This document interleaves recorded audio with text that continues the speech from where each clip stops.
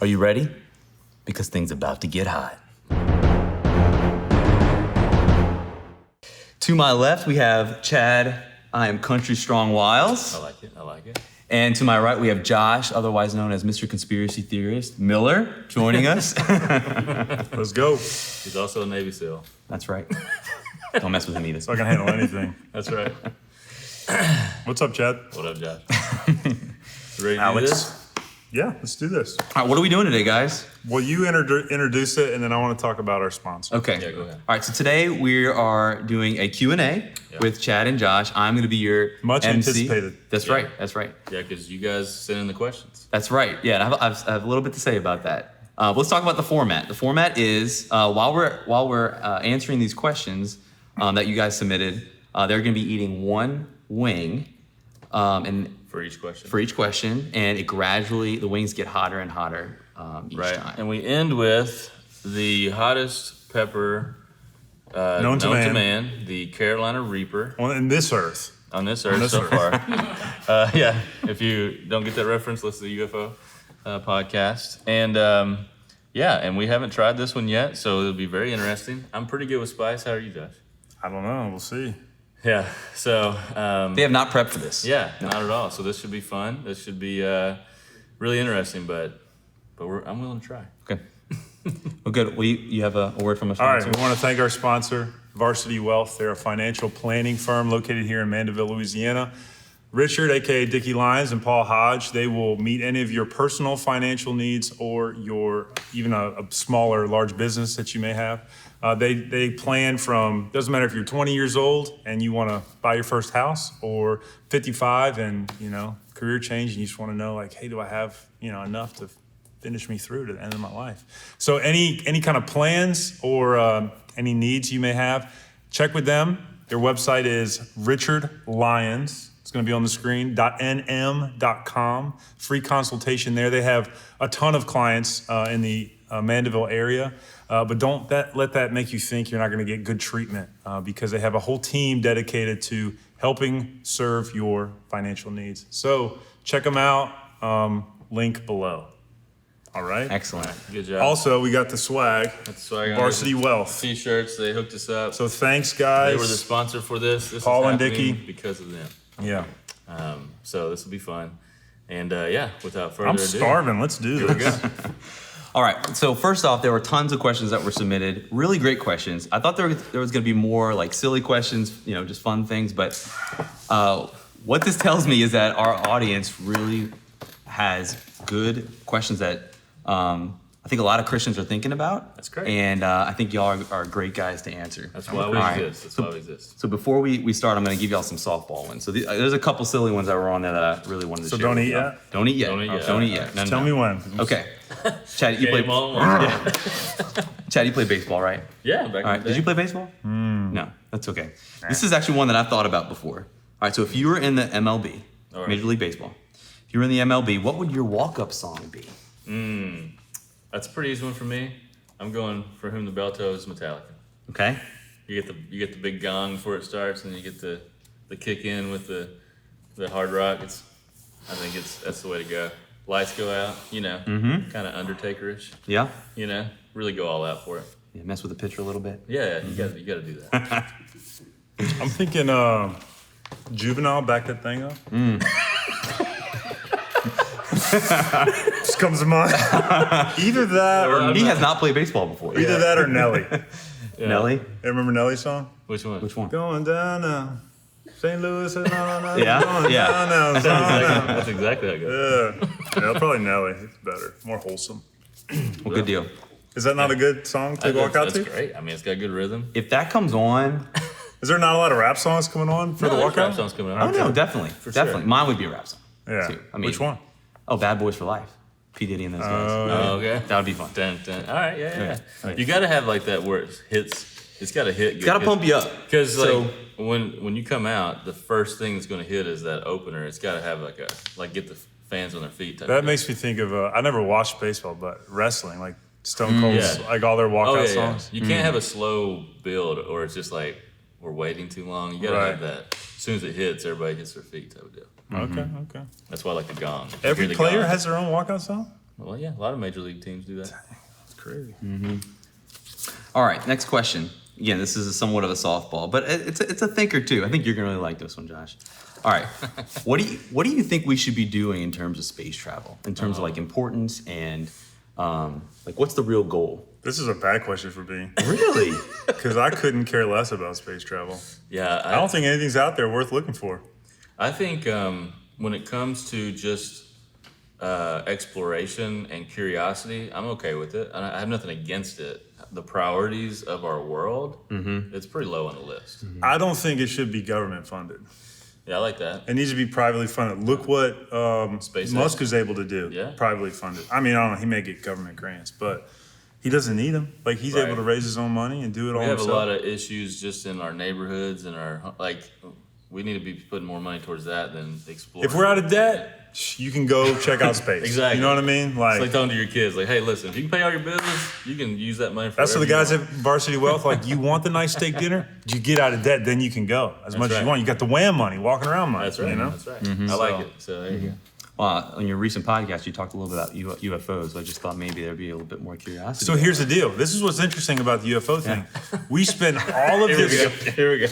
We spend all of this money and research to go out to the moon, which is empty, Mars, which is empty, and we act like we want all this information and to see if there's extraterrestrial life out there. Yet all of the stuff that happens on this world, on our world, the government just covers up. They don't care about it. They don't investigate it until recently. There's no money spent on like, hey, what are these crafts that people keep seeing all over the world? You know what I'm saying? Right. It's just like if you really care about extraterrestrial life, then investigate it here. You don't have to go anywhere. It's here. Right. Well, and fundamentally, biblically speaking, to bring it here is the only reason why we really care so much about space exploration is under the guise that we need to figure out another planet to be able to have a habitat on because this one's going to fail because of all the, the theories of. You think people are really gonna live on climate change Mars? and all that stuff? I'm just saying, like that's No what they way. say. That's what they say. Yes. That's what Musk wants. Yeah. Yeah. Now, we realize, biblically speaking, like this world's not going to fall apart until God says We'll it's be all not, right, guys. You know. Right. So, should we take care of our planet? Sure. Is this our end all be all place? No. We have eternal life to think about. All right, Chad, come on. Anyway. All right. All right, y'all ready to eat a wing? Yeah, first one's orange chicken. Okay. Orange chicken. All right. Cheers, So, buddy. This one's not going to be super hot. Get us started. A little appetizer. It's pretty good though. It's cold, but I don't mind cold chicken. what you got? All right. So this is a culture question. All right. I split it up into categories. This is a culture question. So one of our listeners wants to know: my parents listen to music like Alan Jackson and Bob Seger Yeah. when my kids are around them. Nine moves. As a Christian, what's your advice around music like this? Is it okay to listen to and for the kids to know the lyrics? I think that's where Fair it's the question. lyrics. Yeah. Fair question. Dude, I was at a park last night, and his dad was getting his two kids in the car, and he was blaring rap music, and it was dropping the F-bomb like every other word. I don't recommend that. Well, here's what I'll say. We should take very seriously what we're putting into our children's heads, especially at young ages, because it's definitely highly developmental. And the music you play, you have to think about it in terms of it's still speaking about who you are and what you believe, right? Like so. There's also when you're trying to be to your children who you are in every space. So if in one space you're like, we're going to church, we're worshiping here, but then all week long I'm listening to explicit lyrics and music. That's also sending a message. And that's not healthy for your children. Now, obviously, some music doesn't have explicit lyrics, and a lot of times the lyrics are hard to even understand, right? But my advice is 90% of the time or more, I'd be putting things in that are beneficial to helping them grow in the gospel, worship music, and different type of music like that. I'd be super cautious about secular music, especially early in their lives, especially before you can even have conversations about it, especially if they're learning the lyrics, because they're going to start to wonder what those lyrics are about. Yeah. Right? And secular music usually do not have lyrics that are God honoring, right? And then they're going to wonder, well, why are you enjoying this music? Why do you like this music? All that kind of stuff, right? So I definitely would wait till they were much older, where they're maturing as adults, and you're helping them think through how to navigate the world, how to be in the world but not of it. At that point, those are some conversations. But the other thing I would say is you should always be having conversations about stuff, because they're going to hear that music. I mean, if they play sports, or they're going to be in the world, so they're going to hear songs. You can't protect their ears always, but anytime I'm with my children, it's an opportunity for me to invest in their soul, in their minds. And so I try to have music or podcasts on, or I'll listen to a Desiring God, or we'll listen to our worship album, or I'll listen to worship music. Because one, I like to listen to that. But two, I'm trying to fill their minds with godliness, not worldliness. I don't want to create little lovers of the world, One, I think many people will overcorrect, and it turns into this legalistic, Exactly. no, but it's because as parents we're tired and we become lazy, we don't explain why, and we don't do the coaching through these secular songs. Right, it's hard. So there's you could just dump out all of the bad music, or you could let the good music pour in and just flush out the bad. And if you're not there yet in your walk, then that's one thing you can focus on in your walk is growing those affections for God and for godly music. But I'll just say, with the research out there about how kids are developing, especially things that are sexually explicit, or that kind of stuff turns the heart of a kid. They don't know what to do with that, right? And so what I would say is don't take it lightly. Don't be legalistic in that way of the way to do this is just cut off everything that could possibly be bad, and then it'll be safe. Well, that's not true either, because you got to be discipling and coaching. But the other side is be intentional and take it seriously. For these little kids, when they're hearing those lyrics and it starts to entice their little minds, and they're not sure what to do with it, they're already have their sinful nature, and they want to, as they're growing older, look at stuff on the internet. They want to check stuff out. So by you kind of making that okay in that way, it's only making the battle harder. Right. So I would just be cautious. Cool. So you setting a timer there, buddy? Yep. Chad talks too much. All right. Great. Well, this one is. I'm just trying to be helpful. I thought that's what we were trying to do. You're so You are helpful. Yeah. Yeah. Okay. This is probably a question you get on college campus, I would think. Or are we going for number 2 now? Oh, we're going for number 2, right? Yeah. So what's the next All right, flavor? what's the This next is flavor? This is Chipotle. Chipotle. Was the first one even? Was this from the? Was it- You can't even tell it was hot. Yeah. Chipotle. This is one from we picked these up in Gatlinburg. It's like a hot sauce shop. Yeah, but there's only 6. We needed 10, so we picked 4 up from B-Dubs. Also a sponsor. Not really, but if you want to be B-Dubs, we're here for you. It's not bad though. It's got a decent little flavor to it. All right. This one's like a 2-parter. Okay. When I was in college, this for sure was on my mind often. So how do you explain to someone about the Trinity? What is the Trinity? Oh. You want to take? I don't get a lot of questions about that. Yeah. Yeah. I've definitely had some. I have a good analogy for it. Go ahead. I'll let you start. Yeah, I think that's what the person's asking. Okay. How can you explain it? So there's a few analogies. They all fall apart. You can do an apple, you can do water. I don't really like those when I heard this one. It's, okay, if you know anything about music and a piano, which is right there, when you play a note, let's say you're playing a C note, you can hear it. But if you close your eyes and someone were to ask you, where is that note? You wouldn't be able to say where it is. It's everywhere. Yeah. It's everywhere that it can be heard. So that when you build a chord, it's the first and the third and the fifth note of the scale of C. So you got the C chord, the C note, and then the next would be an E. So that would be the third. So now you're playing 2 of them, and you listen, and someone would say, "Where's the second one?" It's like, well, it's in the same place as the first one, but I don't know where that is. And then you play the fifth, which is the G, C, E, G. And once again, so you have 3 notes occupying the same place, but you don't know where that place is. It's everywhere. And that was probably the best explanation I've ever heard about the Trinity. Yeah, I like that because the reason why the water and all that stuff kind of falls apart, like people use water, H2O, because you can be solid, liquid, or gas, but it can't be all three of those things at the same time, right? So that's where it kind of like, that's not really how it works. It's not like God moves from place to place. He's always all three of those at the same time, the Trinity. The only thing I'll add to what Josh said, 'cause that's a good analogy, is just realizing that we live in this finite two-dimensional plane, and God lives outside of that, in this Three-dimensional. three-dimensional world. So, We live in 3 dimensions too. you get what I'm trying to say. I'm trying to use like this linear, finite timeline. Like as far as we live in a temporal realm. how we see it. Yes. And so it's hard to understand God because he's Outside of omniscient, space outside and of it. time. So he's able to function like that. We can't understand it because we try to put things in these boxes. Right? Yeah. And so it's okay that we don't understand it, is my point. Right. But it is true that he is all three of those at one time. Yeah, Nothing else like it. that's a great explanation. I've heard some not so great ones. Like I'm sure like the egg. You heard the egg.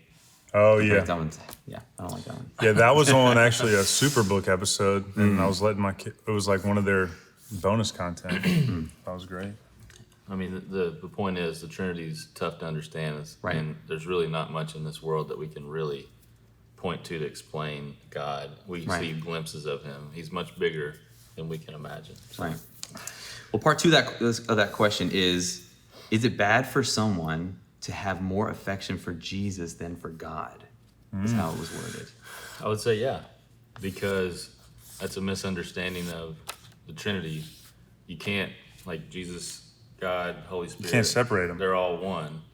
So to hyper focus on just one would be limited and not theologically accurate. So the answer is yeah, it'd be bad. Great. Bad Christian. Not bad Christians, just like understand that Holy Spirit, God, like they're equal in deity, different in role. So you should love them all equally, you know. All right. All right. What's number 3? Number 3 is jalapeno. What? Jalapeno. Oh, jalapeno. I was like, did they name it something weird? Number 3. All right. I got a fat one for this one.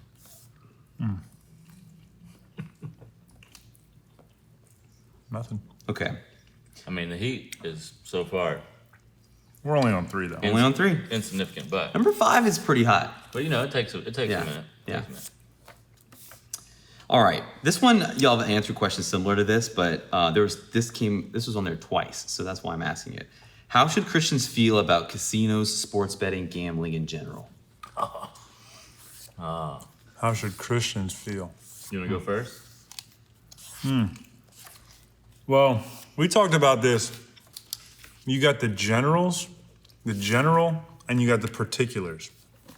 And I think how we feel about things generally is not as relevant as how we deal with them in particular or with an individual.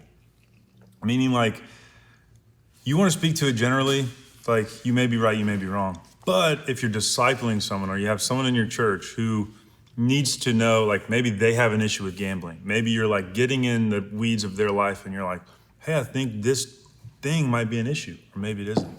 Then it's very clear to deal with. Like, are you treasuring money or treasuring this, like, adrenaline of betting? Mm-hmm. Do we need to deal with that? Is that sin? Or is it, just, a hobby? You grew up that way, whatever. So I think individually it's very clear how to deal with it. Deal with your kids maybe or someone you're discipling. Right. But in general, like, I don't think it matters that much. I don't know if you have to have an opinion. As far as the world goes? Yeah, like, I don't know if you have to have an opinion as a Christian or fear that it's right or wrong. Well, I would disagree a little bit on that, although I agree with the individual. The individual heart is what matters. And in most cases, when it comes to things of gambling and all that stuff, it's coming from a place of sin, and it shouldn't be doing it. It's unhelpful. Am I saying that if you and your buddies get together for a poker game and everybody agrees to like a flat rate buy-in and nobody's there to make money and you're just playing, is that heart, a sinful heart? Probably not, right? Mm-hmm. But what's a casino there for, ultimately, right? The whole reason to go is for the gambling aspect, for the greed aspect of it. So I don't think it's wise to have those things. Now, when it comes to our communities, we don't live in Christian communities. Right. So therefore, we do have to understand that they are going to be there. But as a Christian, when it comes to voting, legislation, things of that nature, I definitely would say to vote no on those things. I would rather those not be in my community, right? Because those usually are gateways for other types of debauchery and places with that kind of stuff tend to have higher rates of sex trafficking and all other kinds of things too, drugs and different things like that. So I would rather stay away from them and not have them. But to your point though, Josh, it's like we have to understand that the world we live in, we are going to always be battling those things. Yeah, and I think like politically, I personally would lean towards like I don't think the government needs to mandate morality No. or legislate for morality. I would agree with that, Just but let the people do what they're going to do. But I'm saying as a church, as Christians, we should want to change our community so much that the people wouldn't want that, right? And me as a Christian, like these are not things that I want to be available, right? Just like I don't want an abortion clinic to be available. I don't want a lot of things to be available in my community. But it's not really political. I'm not making a political statement of like Right. our governor should do that. But I'm saying like I wish our communities did have more rights so that the church could make a bigger impact and the people of the community could make a bigger statement about what they want in their community. You know what I mean? So anyway, Hey. there you go. Cool. You're going on. Oh yeah. All right, number 4. I know the guys at Varsity Wealth would not advise you going to casino. I like that. You You did get get a a sponsor in. You did get a buttload of money. Yeah, Don't but- gamble it. right. Don't gamble it. Call Dickie. Invest Or it, Paul. invest it. All right, what we got for number 4, Josh? What's our This flavor? is a story of a girl, Cayenne. Cayenne. Actually, let's spice it up a bit. Here. You want to throw Yes. extra on it? Yes. Get a All little- right. Oh, like that. There we go. I'm in for it because we're about to get hotter. So Yeah. let's do this. Let's do this.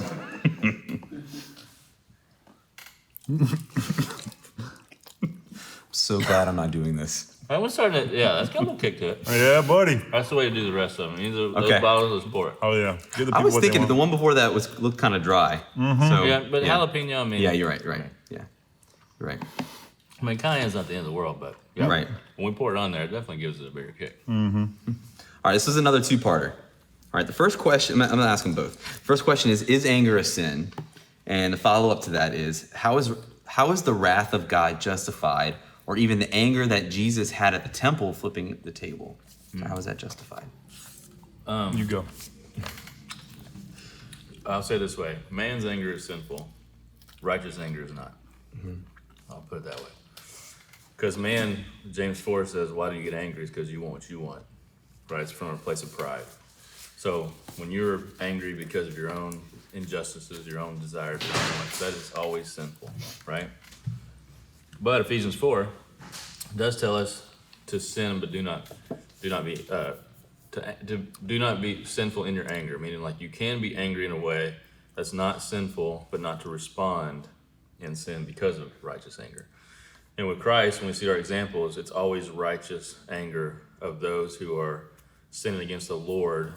When he calls out the Pharisees, when he's flipping the tables, this is a house of prayer and they're using it for a place of profit, or they're taking advantage of people because they have to come a long way for sacrifice and they're marking the prices up and they're making a mockery of God's house. Those are righteous anger, and Jesus can do that perfectly, right? Are we able to do that perfectly usually? No, it's tough. But when we see sin in the world, when we see things like sex trafficking or drug addiction or someone being raped, like it should create a righteous anger inside of us. We see Yeah, like child it's abuse. not supposed to be this way. It's not supposed to be that way. But how we respond then should still be godly. We don't respond to righteous anger in sin. So, what do you think? That's good. I mean, I think it's again a question of the general versus the specific or the particular. Like, what is angering the person, and what is that manifesting itself as? And if you're dealing with yourself, it's pretty easy to see, is this sin or is this not? What's guiding this anger? Where does it come from? What's the catalyst for it? Right. It's pretty simple to see those Yeah. things in yourself. Yeah, for sure. So, anyway. I'll try and remember that when my son goes outside after his After his bath. bath Yeah. and Yeah. goes Yeah. to the mud. That may be righteous anger right there, but then you respond with, All right. Ready for number 5? Number 5 is Thai curry. Oh, this one's And this is a B-dub one. yeah, this is one of my favorites. all right. Cheers, man. We're getting a little bit of This heat- one's heat on kind of this. hot. Yeah, but it's good. Definitely Thai curry-ish. We're still in child's play though, you know. Oh yeah. Do this all Well, I day. liked how you on the last drumstick you finished it after you answered. You know, you didn't just take that one bite. That's right. Hey, you got to clean the wing, That's right. That's right. and we got to clean the wing all the way through. You know what I'm saying? All right. Good. Everybody can clean the wing early. Yeah. Can they do it late? You know what I'm saying? Yeah, that's right. Wing cleaners. All right, I'm gonna direct this one next to Josh. It's All got a right, little kick to it. Josh, how would you start shepherding a non-believing family member? Like a child? Or like a aunt, uncle, dad, mom? I when I read this, I took it as like a brother or sister or a cousin or not your kids. Yeah. Yeah, let's answer it that way because we've said plenty about family Yeah, discipleship. Let's go with Yeah. Yeah. adult family member. Well, relationally is how it would begin. Trying to get in that person's life. I hear a lot of people like, I guess prayer would be the place I would start, for real. But I hear a lot of people like, sharing the gospel with my, I'm spiced up right now. I don't know why. That it feels good. Yeah. Right on the tip of the tongue. Anyway, go ahead. Um, I'm starting to wonder if it's ever going to get hot, but now we're getting there. I don't know. I think we want to just shotgun gospel share to our family members, and they're no different than anyone else. I think we got to build relationship. We got to get in their life, which can sometimes be really hard for a lot of us because of our new life in Christ. And as we get older, like that separation, Yeah. it gets bigger and bigger, and it gets harder and harder. I mean, this is definitely something real for me that I think about a lot with my family. So I think it's just like making it a ministry and relationally, like getting in their life and then looking for opportunities to get in spiritual conversations. And I've seen that happen with my mom and dad over the last few years. So it's a slow process though. It's like a little mustard seed, it starts small. And You ever got? then once it gets in there, it's like lemon and it just, I've heard that somewhere. I hope so. I just reiterate what Josh said. I mean, short answer is it's no different than you would share the gospel with anybody that you build a relationship with. The only difference with family members is it probably takes a little more courage early on because they know so much about you. It's tough to be vulnerable and have those relational conversations early on because it's different and weird sometimes. But once you break that ice, it's like everybody else. Pray for them, share the gospel, hang out with them, love them, in hopes that God grips their heart. And it may take them a long time to trust that this is a new you. I mean, because there's so many different backgrounds. Yeah, There's no They've talent. seen you the worst. Right. Like I remember, like I became a Christian in high school, and like I just thought like immediately I could start like, hey, you guys are all wrong. Y'all need to get right. Like y'all need to repent.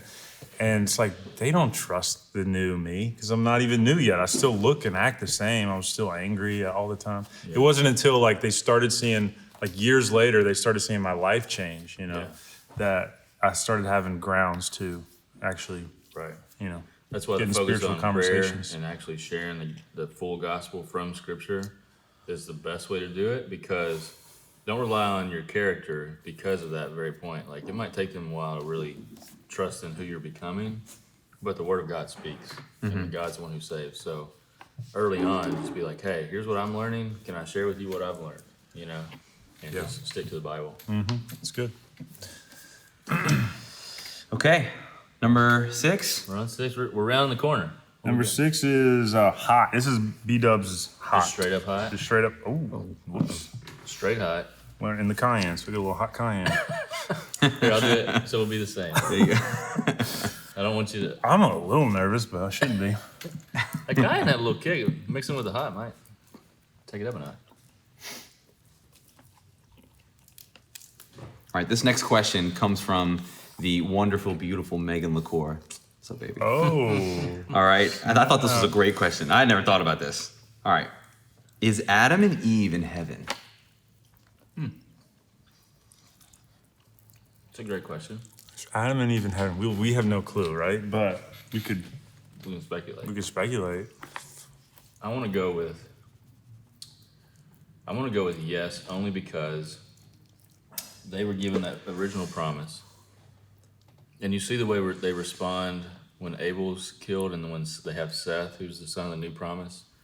And they have hope there, which is their faith and hope of the son who will crush the head of the serpent, which is ultimately Christ. And Abraham had that same faith. That's what justified him. So I'm going to speculate yes, but it is a speculation. One, speak to, how do people in the Old Testament become saved? It's through faith in the coming Messiah. So Right. in Genesis 3, we see the promise of a coming Messiah. So anyone was able to have faith in that promise. So, and it's that justified him. So, I mean, they had 1,000 years to figure it out. I'm sure they're saved, man. No doubt. I mean, he spent time walking with God before the fall and all that Right. stuff. So, like I said, I want to speculate, but like I said, it's And then he speculation. saw the downward trajectory of the planet. He's like, "Oh, we got to get this right, guys." Yeah, they're in heaven for sure. To the best. I'm going to say speculate. Just We are going to get through all these questions. This makes me excited because I had to whittle down I will say, 50-ish to 10. the pallet's starting to have a little heat bed. Uh-oh. It's not Yeah, it's not right. too hot, It's like but coals in the fire. yeah. So these last four are probably they're Bring compounding Right. this issue. What we got? Habanero. Is that what's up? I Are we think sure? so. Hot. Yeah, this one's habanero. Oh, right here. Yeah, Screen yeah. it over. I don't want to cross-contaminate. Did I get it? I wanted to ask Which a one's question mine? about rivers and waterfalls and stuff with water to make you thirsty. Would that have been a bad thing? Or No, we got water. You got this. Yeah, no big deal. All right. Don't go chasing waterfalls. Please stick to the river. All right. So this one, You stick to preaching and talking, not singing. this is another two-parter. And I think the Hey. first part. Yeah. Come on. Oh, Oh, go yeah. ahead, guys. We Go can ahead, take guys. Just thinking about it. I think the first one's more towards the first one's more towards Chad's alley, and the second one I feel like Josh, you may have a What is man, my strong alley? opinion. Do I have an alley? Did it just jump? How many levels did it just jump up? That one took it. A double. That's a double. No, we went from like we're just a gradual walking up a hill, and we just had to climb a rock face right there. My eyes watering. Well, I'm glad I'm asking this question because it's about your profession. Just- My eyes are seriously watering. You gotta finish it. Yeah. Ask the question. I feel like it'll help. All right. At what point, or do you at all? All right. At what point do you? That went down the wrong pipe. At what point, or if at all, do you prescribe medication for anxiety and depression? Oh my gosh.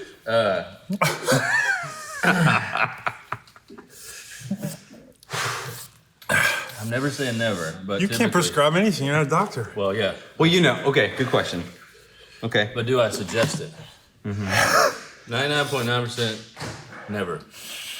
Do I leave room for that 1.1%? Man, that's tough. Don't wipe your eyes. Yeah. Where something could be physically going on, but even then we say go to a doctor. Usually that's a thyroid issue or something like that needs other medication, not psychotropic. So I've never suggested it to this point in my career, and it's never been an issue. But I am one that says there could be a possibility of some sort of brain damage that could elicit it, but we try everything else first. It's always a move to get it off, right? But it's always ultimately a hard issue. My face is sweating. We got 3 more. It's rough. Well, you got 3.5. You haven't finished that one. What's my question? Okay. All right, so this kind of goes back to just Christian ethics in today's society. So, what's your position on smoking and ingesting marijuana, whether it's medicinal or recreational? I would say my conviction is no, personally, because of the cultural context in which one would smoke. Like, I think it's widely accepted that smoking marijuana is sin. And so it appears to be sin. It feels like sin. Therefore, it's hard to like get over that conviction of the sin of marijuana. However, like, now we have these things like CBD oils, which are on the opposite, like highly recommended by medical professionals. Like, That's a bad idea, boy. I think you guys even provide CBD. CBD, which is doesn't have. No THC. It doesn't get you high. But I think that the desire to get high is sin. the drunkenness aspect, yeah. Yeah, because you're trying to change the state. That's the black you're and white of it. Trying to cope. Well, drunkenness is a sin in Scripture. Right. And but I've thought We should have brought about ice. ingestibles No, this is great. like gummies with THC in them. Some say you can't ingest or smoke pot Oh, without lips are on getting fire. high. Shush. I'm talking here. Didn't I say it was going to be the lips? That's what this is going to get you. My lips are feeling it. So I will never smoke pot. I wouldn't say I would since I'm on camera, I never would do gummies either. But I would use CBD oil without THC in it. Like, I would never do it in seeking to get high. Because I think that's drunkenness. I agree. All right. Okay, next question. Okay. All right, this is another two-parter. All right, I'm curious about this one. What number are we on? Oh, yeah, Pepper Palace. Yep, This is Ghost Pepper, son. Oh, no. number 7. Don't pour it as hard. Hey, No! That's the wrong one. Oh, that's all right. That was number 10. Number 10. That's all right. That's enough. That's enough. Oh, man. Oh, my goodness. I'm scared. You see me? My eyes are watering. Yeah, I see you, buddy. I see you. Oh, if we could get a close-up, that would be great. Should've brought a fan. Question? All right, so the question is, all right, it's a two-parter, so I'll ask the first one. If God created everything, would that mean he created sin? And if so, why a tough wouldn't he have just created a world that is pure of sin, like he says he will when he creates a new heaven and a new earth? That's part one. I'm content. You want to go first? You're smarter than me. So. I can't talk over here. You got to eat it before You gotta eat it go. before you, yes. No, you take your scared bite, to take your bite. death. Hold on. Take Can your I bite. blow my nose first? Sorry. I know it's gross. The origin of sin. We just talked about this on the Nehemiah Project podcast, by the way. I've heard R.C. Sproul Plug in. say, as an older man, like before he passed away, he said he thought long and hard about this question and just searched theology books and such and couldn't find an answer. So if he doesn't know, Thing is that. I don't think we put in as much on it. Well, That other one rocked my world. He Oh, here it comes. Never mind. I think he nobody knows why. this question has not been answered yet. We're getting to it. I feel like I'm getting drunk off hot sauce. Well, I think. God can't be the author of sin. I'll say that. You know that, theologically. It's just funny listening to you. But he tell created everybody. everything. Isn't that one? All right, here we go. something So else? Sin- real quick. Let me go. Yeah. Okay. While I have the moment before I die.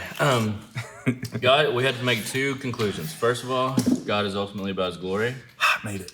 and He is bringing about true worshipers for His glory. So, what we can conclude then, if God's ultimately about His glory, is the way that He created it must be the way that glorifies Him most. We see that in how He created it. We see it on the cross, so we can trust it.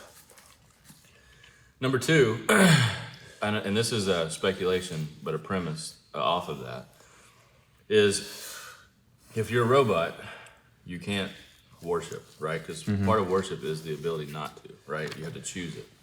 And so He put the ability there for sin. Although he doesn't desire us to sin, he allows the ability to be there, right?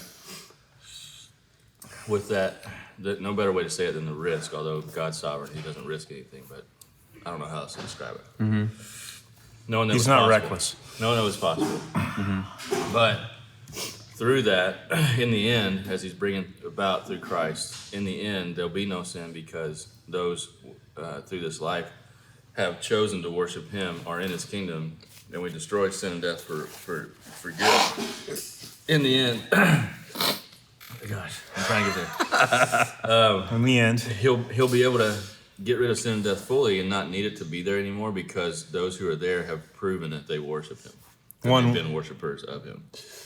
and want to be more beautiful, that the perfect kingdom came from absolute wickedness and destruction. Like, he saves us by his own might and spirit, brings us into his kingdom, into a kingdom that we are not allowed to be in or worthy of being in. And he creates in us the being that is allowed to be there, that is righteous by the merit of Christ and through the power of the Holy Spirit. He creates the perfect residence of that kingdom through the process of sanctification and ultimately glorification. So I think that's more beautiful than starting perfectly and continuing perfectly. Like, all of creation gets to see a devastated planet be redeemed slowly, like a mustard seed and like leaven working through creation.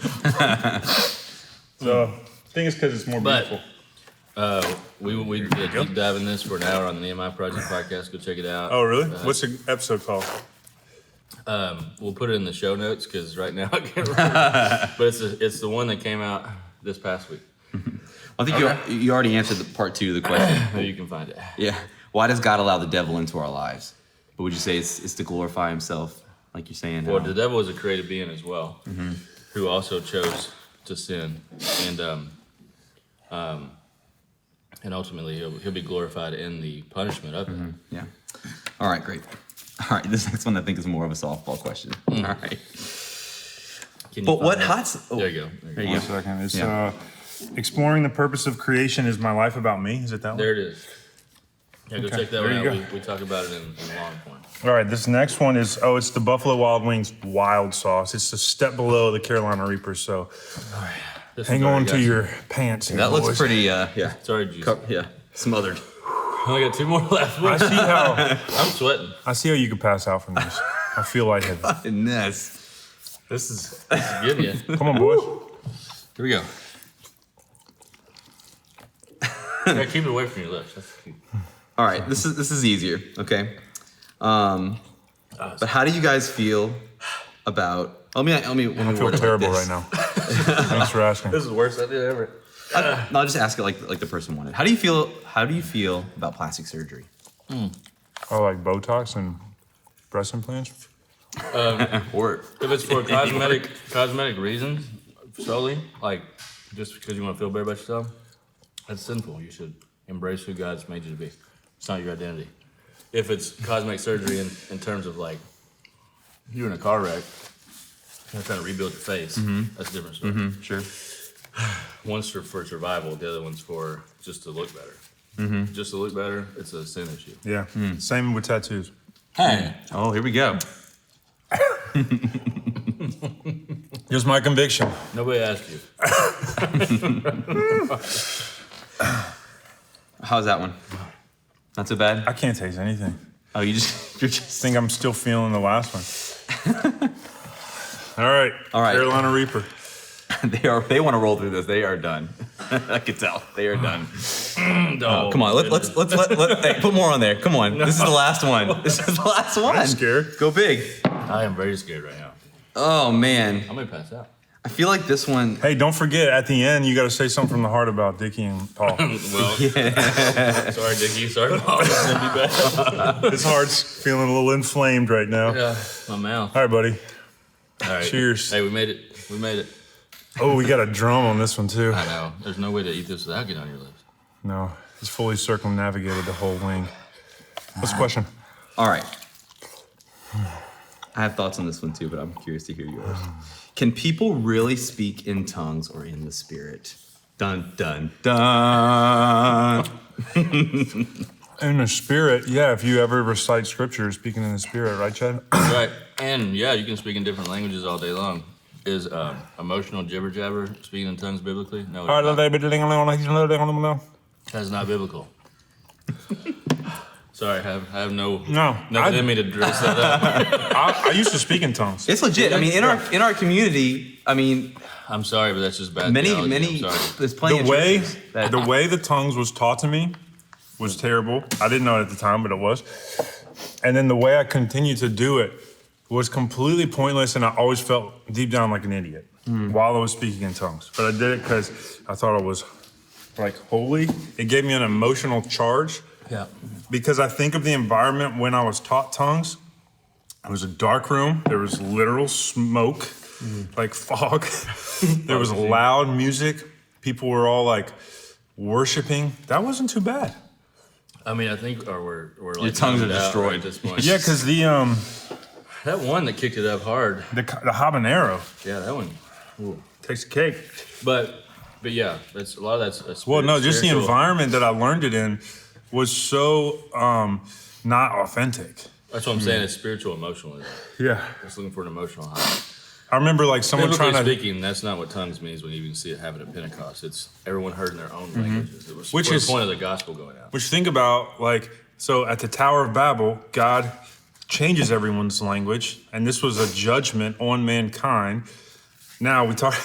Never mind, I don't want to get into that. Ancient technologies, but. So there was a judgment on the world, and now what is our charge? It's going to all the nations preaching the gospel. The biggest barrier to preaching the gospel is the language barrier. And so the greatest gift God can give us is tongues, which is being able to speak different languages to share the gospel, to the ends of sharing the gospel, not to give yourself a better prayer life and service. That makes no sense. God is not going to give you something that just makes you more selfish. So I'm pretty convinced that tongues is always jibber jabber. The tongues that people think of it, I think that is inauthentic, and I think it's jibber jabber 100% of the time. But can you go into another country and miraculously can God help you speak in that person's language and share the gospel for the purpose of spreading His gospel? Yes. have y'all met someone like that? I have not. But I'm just saying. I've heard a lot of can that stories still about happen? that. I met someone years back that was like that. Like that. That I believe. Also, just like we can have the gift of teaching or preaching or wisdom, we can have the knack for Yeah, some languages. people My can, brother like- can speak like 3 or 4 languages, Yeah. and he's just good at it. Right. Yeah. So I think definitely people can.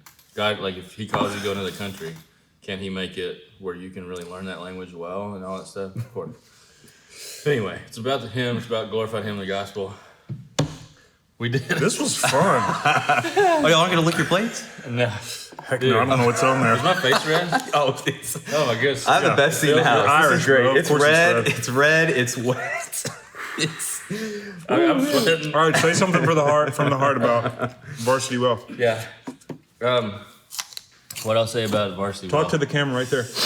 This camera, this camera, this camera. All right.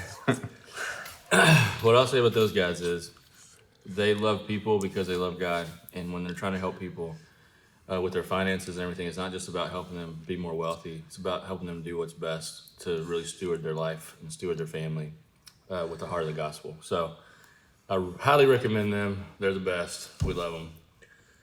That good? love you, Paul. Love Alex, you, Dickie. thank you for hosting. Tanner, you. Thank thanks you. for No, running thank the you. cameras. This was great. And thanks everybody for sending questions. If you send more questions and this video gets a lot of views, we might do something else like it. Hopefully not as This painful. isn't gonna be an annual We could thing eat, for you it's guys. like Fear Factor. We could eat a roach or a snake Oh gosh. Maybe. or cow testicles. Yeah, I don't think we're going down that road. All right, guys, thanks for watching. Yeah. Later. Bye, guys.